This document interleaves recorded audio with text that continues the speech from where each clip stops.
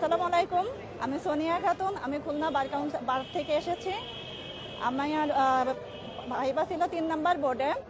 তো আমি প্রথমে অনুমতি নিয়ে ঢুকলাম। ঢোকার পর আমাকে বসতে দিল, আমি ধন্যবাদ দিলাম। পরে জিজ্ঞাসা করলো, আপনার নাম কি সোনিয়া খাতুন? জি, আমার নাম সোনিয়া খাতুন। আপনার বাড়ি কোথায়? আমার বাড়ি খুলনা। আপনার সিনিয়রের নাম কি? তো বললাম বিজ্ঞ আইনজীবী অ্যাডভোকেট প্রীতিশ কুমার মণ্ডল। তো বললো, আপনার সিনিয়র কোন সাইডে প্র্যাকটিস করেন? বললাম সে ক্রিমিনাল সাইডে প্র্যাকটিস করে। বলছে, আপনি সর্বশেষ তার সাথে কোন মামলাটায় কাজ করছেন? পরে বললাম টাইটেল সুট। বললো, এটা তো দেওয়ানি হলো, আপনি বললেন ক্রিমিনাল সাইড প্র্যাকটিস করে, অথচ আপনি দেওয়ানি মামলা করলেন। আচ্ছা বলেন, টাইটেল সুট কোন বিষয়ের উপর? বললাম স্যার ঘোষণার উপরে। এটা কত ধারায়? বললাম সুনির্দিষ্ট প্রতিকারের ৪২ ধারায়। তো বললো ঠিক আছে। পরে পাশের স্যারকে বললো যে আপনি কিছু প্রশ্ন করতে চান? তো স্যার বললো হ্যাঁ। বলেন তো ডকুমেন্টস বাতিল, মানে দলিল বাতিলের মামলা আপনি কত ধারায় করবেন?